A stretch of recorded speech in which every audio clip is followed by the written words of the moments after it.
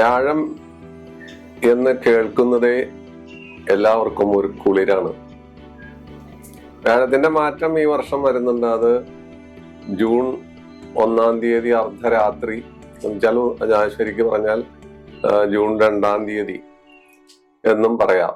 അതിനെക്കുറിച്ച് എന്താണ് വീഡിയോ ചെയ്യാത്തത് എന്ന് ആളുകൾ ചോദിച്ചുകൊണ്ടിരിപ്പുണ്ട്. വരട്ടെ, നമ്മൾ വളരെ വൈകിയാണ് ചെയ്യല് പതിവ്. അത് അതിൻ്റെതായ സമയത്ത് ചെയ്യും.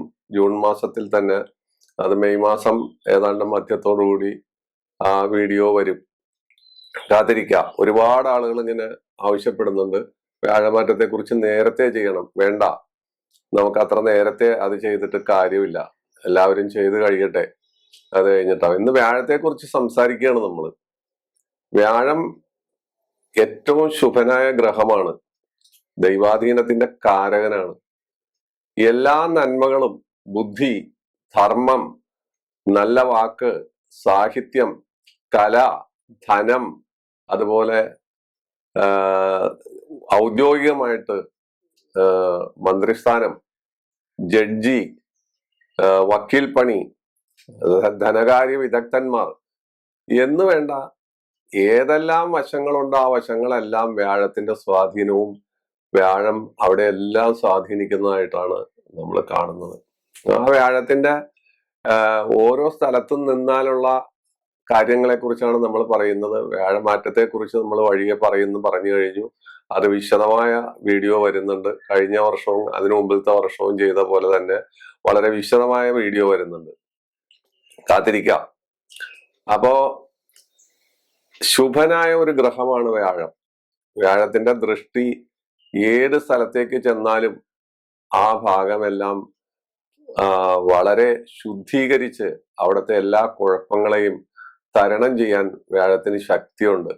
അപ്പോ മാരകത്വം വന്നാൽ, മാരകത്വം എന്ന് പറഞ്ഞാൽ എന്താണെന്ന് ഞാൻ പറഞ്ഞു, 2-ാം ഭാവാധിപത്യം, അതുപോലുള്ള മാരകത്വം വന്നാൽ വ്യാഴത്തിന് ദോഷമുണ്ട്. അത് എല്ലാവരെ പോലെ വ്യാഴത്തിനും അത് ഒരു കൊടിയ ദോഷം ആയി, ദോഷം തരുന്നവനായി അത് മാറാറുണ്ട്. വ്യാഴത്തിന്റെ ഒരു പ്രത്യേകത എന്ന് വെച്ചാൽ, ഇപ്പൊ ഒരു ജാതകത്തിലോ അല്ലെങ്കിൽ ഒരു ഗ്രഹസ്ഥിതിയിലോ വ്യാഴവും ശുക്രനും കൂടി ഒരുമിച്ച് നിൽക്കുന്നു എന്ന് കണക്കാക്കുക. അവിടെ ആണ് നമ്മൾ പ്രത്യേകം ശ്രദ്ധിക്കേണ്ടത്. വ്യാഴവും ശുക്രനും കൂടി ഒരുമിച്ച് കൂടിയാൽ അത് ദേവഗുരുവും അസുരഗുരുവുമാണ്. ഇവര് തമ്മിൽ ശത്രുക്കളുമാണ്. അപ്പോ ഇവര് തമ്മിൽ ഒരുമിച്ച് ഒരു ഭാഗത്ത് നിന്നാൽ, ഒരു ക്ഷേത്രത്തിൽ നിന്നാൽ, വ്യാഴത്തിന്റെ ബലം മുഴുവൻ കവർന്നെടുത്ത് ശുക്രൻ ബലവാനായിട്ട് ശുക്രൻ ബലദാനം ചെയ്യും. ഇത് നിങ്ങൾ ഓർത്തിരിക്കണം. നിങ്ങളുടെ എല്ലാം ജാതകത്തിൽ വ്യാഴവും ശുക്രനും കൂടി ഒരുമിച്ച് നിൽക്കുന്നുണ്ടോ എന്ന് നോക്കുക. പിന്നെ ആ നിൽക്കുന്ന ക്ഷേത്രം, ആ ക്ഷേത്രത്തിന് വ്യാഴവുമായിട്ട് ശത്രുതയുണ്ടോ? വ്യാഴത്തിന് ശത്രുതയുണ്ട് പലരോടും. ചന്ദ്രനോട് ശത്രുതയുണ്ട്, ശുക്രനോട് ശത്രുതയുണ്ട്, ബുധനോട് ശത്രുതയുണ്ട്, രാഹുകേതുക്കളോട് ശത്രുതയുണ്ട്, അവർക്ക് ഇങ്ങോട്ടും ശത്രുതയുണ്ട്. ഇങ്ങനെയൊക്കെയുള്ള കാര്യങ്ങളുണ്ട്. ഇതൊക്കെ കൂടി നമ്മള് കാര്യങ്ങൾ വളരെ ആക്യുറേറ്റ് ആയിട്ട്, ബലാബലം അതുപോലെയുള്ള എല്ലാ കാര്യങ്ങളും ചിന്തിച്ചിട്ട് മാത്രമേ ഫലം പറയാൻ പാടുള്ളൂ. അല്ലെങ്കിൽ ഫലം ലഭിക്കില്ല. അല്ലെങ്കിൽ എന്റെ ജാതകത്തിൽ അതുണ്ട് ഇതുണ്ട് പക്ഷെ ഫലം കിട്ടുന്നില്ല എന്നായിരിക്കും പറയുന്നത്. അപ്പൊ നമ്മളൊരു കാര്യം പറയുമ്പോൾ ഒരുപാട് ആസ്പെക്റ്റുകൾ, ഒരുപാട് കാര്യങ്ങള് അപ്പുറം ഇപ്പുറം നോക്കിയിട്ട് വേണം. മേലും കീഴും ഇടത്തും വലത്തും ഒക്കെ നോക്കിയിട്ട് മാത്രമേ പറയാൻ പറ്റൂ. അപ്പൊ വ്യാഴത്തെ കുറിച്ച് നമ്മൾ പറഞ്ഞു വരുന്നു. ആ വ്യാഴത്തിന്റെ മാരകത്വത്തെ കുറിച്ചും, അതുപോലെ ശുക്രനോട് കൂടി നിന്നാൽ ശുക്രൻ ഫലം വലിച്ചെടുത്ത് വ്യാഴത്തിന്റെ ഫലം കെടുത്തി അത് ശുക്രൻ ബലവാനായി ഫലം തരുന്നു എന്ന് പറയുന്നു. ഇനി വ്യാഴത്തിന്റെ ബലം എങ്ങനെയാണ്? വ്യാഴത്തിന്റെ ബലം സ്വവർഗസ്ഥിതി അല്ലെങ്കിൽ വർഗോത്തമം ചെയ്തു നിൽക്കുക, ഇങ്ങനെയുള്ള അവസ്ഥ. മധ്യാഹ്നത്തിൽ ജനിക്കുക, മധ്യാഹ്ന സമയത്ത് ജനിക്കുക, അതുപോലെ ഉത്തരായനത്തിൽ ജനിക്കുക, ധനു, മീനം, വൃശ്ചികം, കുംഭം രാശിയിൽ വ്യാഴം നിൽക്കുക. ഇതെല്ലാം അത് വളരെയധികം പ്രയോജനപ്രദമായിരിക്കും. വളരെ ഗുണഫലമായ അനുഭവങ്ങൾ നമുക്ക് തരും. ധനു എന്ന് പറയുന്നത് അയാളുടെ സ്വന്തം ക്ഷേത്രമാണ്. അതുപോലെ മീനവും സ്വന്തം ക്ഷേത്രമാണ്. വൃശ്ചികൻ ചൊവ്വയുടെ ക്ഷേത്രമാണ്. കുംഭം ശനിയുടെ ക്ഷേത്രമാണ്. കുംഭവ്യാഴം വളരെ വിശേഷമാണ്. അപ്പോ ഇങ്ങനെയുള്ള സ്ഥലത്തെല്ലാം നിന്ന് കഴിഞ്ഞാൽ വ്യാഴം പ്രത്യേകിച്ച് ബലവാനാണ്, ഫലദായകനാണ്. 4, 7, 10 ഇത് കേന്ദ്രസ്ഥാനമാണ്. ആ 4, 7, 10 വ്യാഴം നിന്നാൽ ലഗ്നാൽ 4, 7, 10. പക്ഷെ 7 വരുമ്പോൾ കേന്ദ്രാധിപത്യ ദോഷം, 4 വരുമ്പോൾ കേന്ദ്രാധിപത്യ ദോഷം, 10 വരുമ്പോൾ കേന്ദ്രാധിപത്യ ദോഷം എന്നുള്ളൊരു ദോഷം അവിടെ നിൽക്കുന്നുണ്ട്. എങ്കിലും ആ സ്ഥലങ്ങളിലെല്ലാം വ്യാഴം പ്രത്യേകം ബലവാനാണ്. വ്യാഴത്തിന് കേന്ദ്രാധിപത്യ ദോഷമുണ്ട്. 4, 7, 10 ആധിപത്യം എന്ന് വെച്ചാൽ കേന്ദ്രാധിപത്യ ദോഷമാണ്. പക്ഷെ 4, 7, 10 നമ്മളുടെ ഗ്രഹനിലയിൽ വ്യാഴം നിന്നാൽ ആ വ്യാഴത്തിന് പ്രത്യേക ബലമുണ്ട്. അതാണ് അതിന്റെ പ്രത്യേകത. അത് പ്രത്യേകം ഓർത്തിരിക്കുക. ഇങ്ങനെ വ്യാഴത്തിന് ഒരുപാട് പ്രത്യേകതകളും ഒരുപാട് ഫലദായക വിഷയത്തിൽ ഏറ്റവും പ്രധാനിയാണ്. ഗുളികന്റെ ദോഷം പോലും വ്യാഴത്തിന്റെ ദൃഷ്ടി കൊണ്ട്, വ്യാഴത്തിന് പൂർണ്ണ ദൃഷ്ടി വരുന്നത് 7ലേക്കാണ്, 5ലേക്കും 9ലേക്കും ദൃഷ്ടിയുണ്ട്. ആ ദൃഷ്ടി കൊണ്ടെല്ലാം പല ദോഷങ്ങളും വ്യാഴം ഹനിച്ചു കളയും. അതാണ് വ്യാഴത്തിന്റെ പ്രത്യേകത. ആരും അറിയാത്ത കാര്യമാണത്.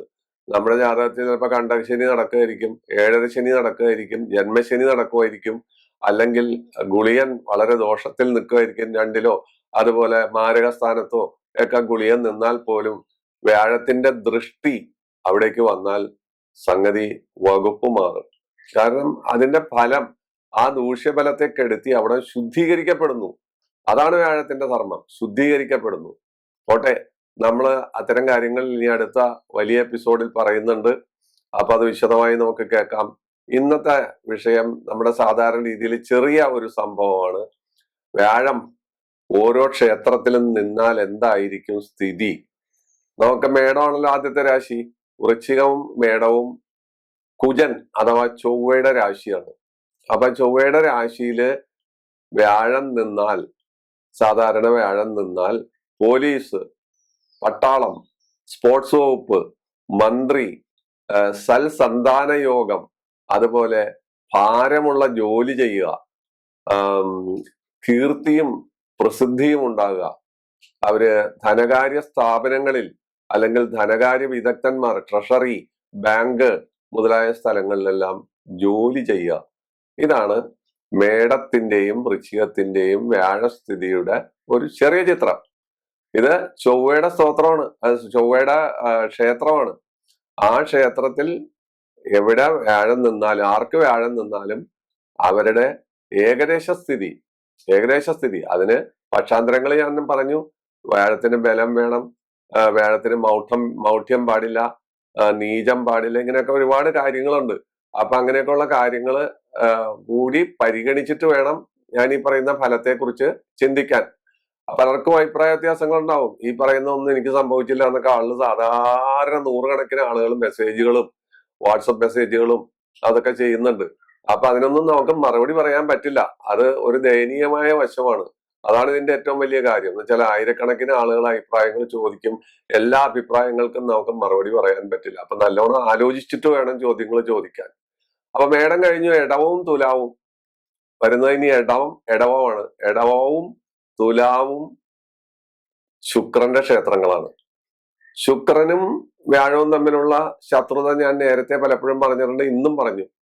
പക്ഷെ എന്നിരുന്നാലും ഈ ശുക്രന്റെ ക്ഷേത്രത്തിൽ വ്യാഴം നിന്നാൽ സുഖം, ധനം, പ്രതാപം, ഐശ്വര്യം, രതികല, കലാപ്രവർത്തനം, അഭിനയകല, നൃത്തം, സംഗീതം മുതലായ ഒരുപാട് വിഷയങ്ങളിൽ ഇവര് പ്രാവീണ്യം നേടും. കാര്യം ശുക്രനും വ്യാഴവും തമ്മിലൊക്കെ ശത്രുതയുണ്ട്. ഞാൻ നേരത്തെ തന്നെ അതിനെ സൂചിപ്പിച്ചതാണ്.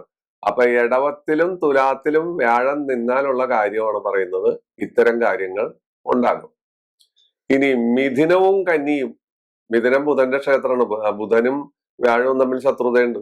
അതിനൊക്കെ കാരണമുണ്ട്, കഥകൾ നമ്മൾ പറഞ്ഞു കഴിഞ്ഞതാണ്, ആവർത്തിക്കുന്നില്ല. അപ്പൊ ബുധനും കന്നിയും നമുക്കെടുക്കാം. ബുധന്റെ ക്ഷേത്രമായ കന്നിയിലും മിഥുനത്തിലും വ്യാഴം നിന്നാൽ ഉദ്യോഗം, ഉന്നത സ്ഥാനം, മാനം, അതുപോലെ സ്വഭാവ വിശേഷം, ജഡ്ജി, മജിസ്ട്രേറ്റ്, ഭരണാധികാരി, മൃദു സ്വഭാവം, അപാരമായ ബുദ്ധി കൂർമ്മത മുതലായ കാര്യങ്ങൾ ഉണ്ടാവും. വിവാഹാദി കാര്യങ്ങളിൽ അത്ര വലിയ താല്പര്യം ഇല്ലാതിരിക്കുകയും വിവാഹം മുതലായ കാര്യങ്ങളിൽ ചിലപ്പോൾ അലോസരങ്ങൾ ഉണ്ടാകുകയും ചെയ്യുന്ന ഒരു അവസ്ഥ ബുധന്റെ ക്ഷേത്രമായ കന്നിയിലും മിഥുനത്തിലും വ്യാഴം നിന്നാൽ കണ്ടുവരാറുണ്ട്. അത് ഒരു ചുരുങ്ങിയ പക്ഷത്തിനേ ഉള്ളൂ. അല്ലാത്ത പക്ഷത്തിനെല്ലാം അതൊന്നും വലിയ കാര്യമായിട്ട് ബാധിക്കാറില്ല. മിഥുനവും കന്നിയും ബുധന്റെ ക്ഷേത്രമാണ്. ബുധനും വ്യാഴവും തമ്മിലുള്ള ശത്രുതയും കൂടി നമ്മൾ കണക്കിലെടുക്കണം. പിന്നെ ആ ക്ഷേത്രത്തിന്റെ ബലവും നിൽക്കുന്ന സ്ഥാനവും എല്ലാം കണക്കിലെടുക്കണം. ഇനി കർക്കടകത്തിലേക്ക് പോവാം. കർക്കടകം ചന്ദ്രന്റെ ക്ഷേത്രമാണ്. അപ്പൊ ചന്ദ്രനും വ്യാഴവും കൂടി ചേർന്നാൽ ഗജകേസരി യോഗം, ചന്ദ്രന്റെ കേന്ദ്രത്തിൽ വ്യാഴം നിന്നാൽ കേസരി യോഗം, ചന്ദ്രന്റെ 2 നിന്നാൽ സുലഭായോഗം, ഇങ്ങനെയൊക്കെയുള്ള ഒരുപാട് യോഗങ്ങള് വ്യാഴം നമുക്ക് തരുന്നുണ്ട്. ആ വ്യാഴം കർക്കടകത്തിൽ എന്നുവെച്ചാൽ ചന്ദ്രന്റെ ക്ഷേത്രത്തിൽ നിന്നാൽ അപാരമായ ധനം, പ്രതാപം, അതുപോലെ വാഗ്ദാടി, ജലമയമായ വസ്തുക്കൾ കൈകാര്യം ചെയ്യുക, വൈദ്യൻ, ഡോക്ടർ, അതുപോലുള്ള ജോലിയിൽ ഏർപ്പെടുക, ജലവാഹനങ്ങൾ സ്വന്തമാക്കുക, കടലും മറ്റും കടന്ന് അന്യദേശത്തേക്ക് പോകുക, ഇങ്ങനെയൊക്കെയുള്ള കാര്യങ്ങൾ സാധാരണ കർക്കടക വ്യാഴം. കർക്കടകത്തിൽ വ്യാഴം ഉച്ചനാണ്, ഉച്ച ബലവാനാണ്. അത് അതിന്റെ ഉച്ചക്ഷേത്രമാണ്. ഇനിയിപ്പോ നമ്മളെ വ്യാഴം മിഥുനത്തിൽ നിന്ന് മാറുന്നത് കർക്കടകത്തിലേക്കാണ്, ഉച്ചക്ഷേത്രത്തിലേക്കാണ് മാറാൻ പോകുന്നത്. ജൂൺ മാസം 2-ാം തീയതി മാറുന്നത് കർക്കടകത്തിലേക്കാണ്. അപ്പൊ അതിനെ കുറിച്ചൊക്കെ നമുക്ക് ആ എപ്പിസോഡിൽ പറയാം. അപ്പൊ കർക്കടകത്തിൽ ഇപ്പൊ വ്യാഴം നിന്നാൽ സാധാരണഗതിയിൽ ഒരു മനുഷ്യന് ജാതകത്തിൽ നിന്നാലത്തെ കാര്യം മാത്രമേ സ്പർശിക്കുന്നുള്ളൂ. ഇനി ചിങ്ങം സൂര്യന്റെ ക്ഷേത്രമാണ്. അപ്പോ സൂര്യൻ എല്ലാത്തിനും മുകളിലാണ്. നേതൃത്വ ഗുണം, ഭാഗ്യം, സുഖം, സന്താന ഭാഗ്യം, വാഹനം, അതുപോലെ ഭാര്യാസുഖം, ഭർത്തൃസുഖം, നേതൃഗുണം മുതലായ അനേകം കാര്യങ്ങളാണ് ചിങ്ങത്തിലെ വ്യാഴം നമുക്ക് തരുന്നത്. ചിങ്ങമാസത്തിൽ വ്യാഴം നിന്നാൽ. ഇനി ചിങ്ങം കഴിഞ്ഞാൽ ഇനി നമ്മൾ കന്നി പറയണ്ട. കന്നി നമ്മൾ നേരത്തെ കന്നിയും മിഥുനവും പറഞ്ഞു കഴിഞ്ഞു. ധനുവും മീനവും അദ്ദേഹത്തിന്റെ സ്വക്ഷേത്രമാണ്. അവിടെ നിന്നാൽ പ്രഭാവം, വ്യക്തിപ്രഭാവം, വിസ്താരമായ മുഖം, നല്ല നിറം, ധനലാഭം, ഐശ്വര്യം, ധനകാര്യ സ്ഥാപനങ്ങളിൽ ജോലി ചെയ്യുക, ഉന്നത സ്ഥാനമാനങ്ങളിൽ എത്തിച്ചേരുക, ഐശ്വര്യവാനായിരിക്കുക, പറയുന്ന വാക്കുകൾക്ക് മൃദുത്വം ഉണ്ടാകുക, വക്കീൽ പണി, അതുപോലെ ട്രഷറിയിലെ ജോലി, ബാങ്കിലെ ജോലി, ഇതുപോലുള്ള വലിയ ജോലികളിൽ ചെന്നെത്തുക. അപൂർവം ചിലരെല്ലാം നല്ല ഡോക്ടർമാരായി മാറുന്നുണ്ട്. ആ ഡോക്ടർമാരെല്ലാം ഫിസിഷ്യന്മാരായിട്ടാണ് കാണുന്നത്, സർജന്മാരല്ല, അല്ലെങ്കിൽ വേറെ സ്കിൻ അല്ല, അല്ലെങ്കിൽ ഒപ്താൽമോളജി അല്ല. അവര് നല്ല വൈദ്യന്മാരോ നല്ല ഡോക്ടർമാരോ ജനറൽ മെഡിസിൻ ആയിരിക്കും അവർ കൈകാര്യം ചെയ്യുന്നത്. അതാണ് ധനു മീനൻ രാശിയില് അവരുടെ വ്യാഴത്തിന്റെ സ്വക്ഷേത്രമാണത്. ഇനി നമുക്ക് മകരവും കുംഭവുമാണ് വരുന്നത്. മകരൻ രാശിയിൽ നിന്നാൽ, മകരൻ രാശി വ്യാഴത്തിന്റെ നീചക്ഷേത്രമാണ്. ആ നീചക്ഷേത്രത്തിൽ വ്യാഴം നിന്നാൽ ഉചിതമല്ലാത്ത പ്രവൃത്തികൾ ചെയ്യുക, കുതികാല് വെട്ടുക, കാല് വാരുക, രാഷ്ട്രീയക്കാരനാകുക, നുണ പറയുക, അതുപോലെ തന്റെ കുടുംബത്തെ നോക്കാതെ താൻ ഏകാഗിയായിട്ട് തൻ കാര്യം മാത്രം നോക്കി നടക്കുക, അതുപോലെ അന്യരെ പറ്റിക്കുക, പണസംബന്ധമായി കൃത്യനിഷ്ഠയില്ലാതെ വരിക, ധനാപഹരണത്തിൽ പെടുക, ബാങ്ക്, സഹകരണ സംഘം മുതലായവയിലെല്ലാം ഈ കൃത്രിമം നടത്തുന്ന ആളുകളെ നോക്കിയാൽ ഈ വ്യാഴത്തിന്റെ നീചസ്ഥിതി നമുക്ക് കാണാം. മകരത്തിലെ വ്യാഴം പക്ഷെ നീചഭംഗം ചെയ്താൽ, നീചഭംഗ രാജയോഗം വന്നാൽ സ്ഥിതിഗതി മാറി ഈ പറയുന്നതെല്ലാം നേരെ തിരിച്ചു വരും. അതാണ് ആ വ്യാഴത്തിന്റെ പ്രത്യേകത. മാത്രമല്ല, ഇപ്പോ വേറൊരു കാര്യം പറയാം. മകരത്തിലെ വ്യാഴം നീചത്തിൽ നിന്ന്, നീചത്തിൽ 7-ാം ഭാവത്തിൽ നിൽക്കുന്ന ചൊവ്വയെ നോക്കുന്നു എന്ന് വയ്ക്കുക.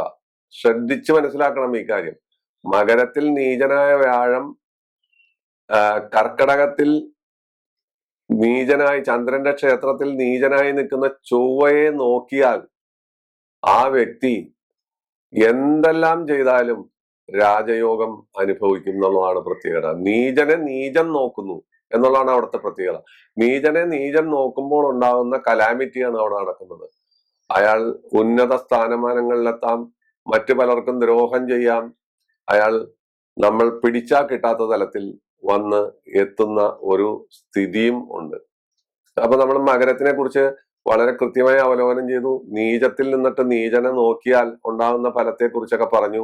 ഇനി നമുക്ക് കുംഭത്തിലേക്ക് പോകാം. ശനിയുടെ ക്ഷേത്രമാണ് കുംഭം.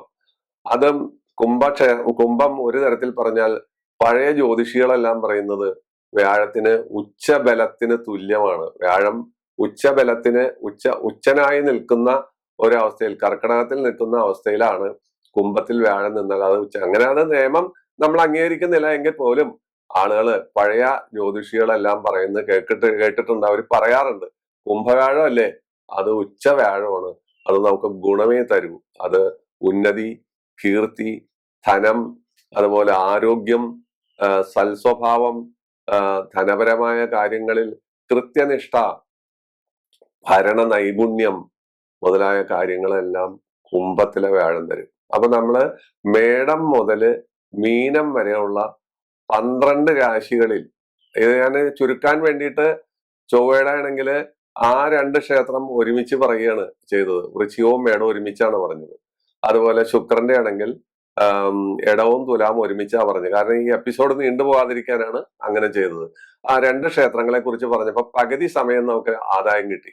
അപ്പോ നമ്മള് 12 കേന്ദ്രങ്ങളെ കുറിച്ചും പറഞ്ഞു കഴിഞ്ഞു. 12 രാശികളിൽ വ്യാഴം നിന്നാലുള്ള കാര്യങ്ങളെ കുറിച്ച് പറഞ്ഞു കഴിഞ്ഞു. ഇനി വ്യാഴം 3, 6, 8 ഭാവങ്ങളിൽ ആധിപത്യം വഹിച്ചാൽ, 3-ാം ഭാവത്തിന്റെയോ 6-ാം ഭാവത്തിന്റെയോ അഷ്ടമാധിപത്യം ആർക്കും അത്ര നല്ലതൊന്നുമല്ല, അഷ്ടമത്തിന്റെയോ ആധിപത്യം വഹിച്ചാൽ എന്ന് വെച്ചാൽ ഏതെങ്കിലും ഒരു ലഗ്നത്തിൽ നിന്ന് എണ്ണിയാൽ 8ാമത്തെ ഭാവത്തിന്റെ, അല്ലെങ്കിൽ ഇപ്പൊ കന്യ ലഗ്നത്തിന്റെ 3-ാം ഭാവം എന്താ വൃശ്ചികമാണ്. അതുപോലെ വേറെ ഏതെങ്കിലും ലഗ്നത്തിന്റെ 8ാം ഭാവം ഏതാണെന്ന് നമുക്ക് എണ്ണിയ കിട്ടും. അപ്പൊ 3, 6, 8 ഭാവത്തിന്റെ ആധിപത്യം വ്യാഴം വഹിച്ചാൽ അത് വളരെ വിശേഷമായ കാര്യമാണ്. അത് തെറ്റല്ല. അഷ്ടമാധിപത്യം പോലും വ്യാഴത്തിന്റെ പ്രഭ കൊണ്ടും ശക്തി കൊണ്ടും നമുക്ക് മാറ്റിമറിക്കാം എന്നുള്ളതാണ് ഈ തിയറി പറയുന്നത്. അതും ജാതകത്തിൽ ഇങ്ങനെ നിന്നാൽ വളരെ വിശേഷമാണ്. പക്ഷെ വ്യാഴത്തിന്റെ 6-ലോ 8-ലോ ചന്ദ്രൻ നിന്നാൽ ശകടയോഗം, ഇതുപോലുള്ള യോഗങ്ങളൊക്കെ വരുന്നുണ്ട്. അതിനെക്കുറിച്ചൊക്കെ നമുക്ക് വളരെ വിസ്തരിച്ച് പറയാവുന്നതാണ്. അത് ഈ ചെറിയ എപ്പിസോഡിൽ ഉൾക്കൊള്ളിക്കുന്നില്ല. അത് ദാരിദ്ര്യയോഗമാണ്, അങ്ങനെയുള്ള കാര്യങ്ങളൊക്കെ ഉണ്ട്. അതും വ്യാഴത്തിന്റെ ഒരു പ്രത്യേകതയാണ്. പക്ഷെ ഏതെല്ലാം പറഞ്ഞാലും ശരി, ഒരു ജാതകത്തിൽ അനേക കാര്യങ്ങൾ നിയന്ത്രിക്കുന്നതും അയാളുടെ ഗതിവിഗതികൾ മുന്നോട്ടും പുറകോട്ടും തെക്കോട്ടും വടക്കോട്ടും കൊണ്ടുപോകുന്നത് ഒരു പരിധി വരെ സർവേശകാരകനായ വ്യാഴം തന്നെയാണ്. വ്യാഴത്തെ നമുക്ക് സ്തുതിക്കാം, വ്യാഴത്തെ നമുക്ക് നമിക്കാം. വ്യാഴം എന്ന് പറഞ്ഞാൽ മഹാവിഷ്ണു, ദേവഗുരു ബൃഹസ്പതി, സാക്ഷാൽ ഗുരുവായൂരപ്പൻ തന്നെ. അപ്പോ വ്യാഴത്തിന്റെ സ്തോത്രം, വ്യാഴം ഏതെങ്കിലും പ്രകാരത്തിൽ ദോഷം പറ്റി നിൽക്കുന്ന ആളുകള് നിത്യവും രാവിലെയും വൈകുന്നേരവും ജപിക്കുന്നത് വളരെ വിശേഷം. ദേവാനാഞ്ച കൃഷീണാഞ്ച ഗുരും കാഞ്ചന സന്നിഭം ബുദ്ധിഭൂതം ത്രിലോകേശം തം ഗുരും പ്രണതോസ്മ്യഹം. അത് മഹാവിഷ്ണു ക്ഷേത്രങ്ങൾ, ശ്രീകൃഷ്ണസ്വാമി ക്ഷേത്രങ്ങളെല്ലാം സന്ദർശിക്കുന്നതും അവിടെ പോയി പ്രാർത്ഥിക്കുന്നതും വ്യാഴത്തിന്റെ ദോഷം ഒരു പരിധി വരെ ഒഴിവാക്കാൻ സാധിക്കും എന്ന് പറഞ്ഞ് ഈ കൊച്ചധ്യായം ഇവിടെ അവസാനിപ്പിക്കുന്നു. നന്ദി, നമസ്കാരം. വീണ്ടും കാണാം.